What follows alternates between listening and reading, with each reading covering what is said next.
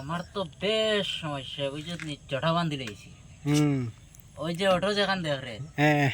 শেষ পর্যন্ত ওখান লইয়া চলাফেরা করতাম, পাক্কা রুজি রোজগার করতে পারতাম বুঝত নি। হুম। তখন ওখানেও বেচিতাম, হুম।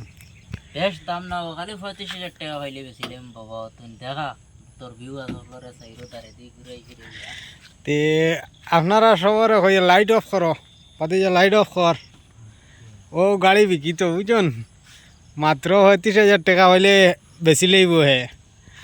বাতি যা মানে আর কি কেন আর চালাইতো না, বিপদও পড়ে গেছি গিয়া তাই বেশি লইতো। তে বাবা এর থেকে আর কম টম তো নান। তোর যদি ভিডিও দেখি আইন, হুম। মনে কর তোর তরফ তো টাকা 1,050 দিব তারা। না না, এর 35,000 থেকে আর বিলকুল কম তো নাই। 35,000 তো নে কিমান মনে কর 2-1,000 কমাইমু, আর তোর তরফ তো নে 1,050 দিব। তে বহুত মানে আর কি ডিসকাউন্ট হয়ে যায়। তুমি তাই অটোটা দেখো সাইড টুটে লাইট অফ করো। এগুলো গিয়া বাজাজ টু স্টক অটো। বাতি যা বেশি তো ঘুরে ফিরাইয়া দেখাইলে তার তলা তোলা ইতা গাড়িতে এমনি ওকে সব ঠিক আছে না নি? সব ওকে ও।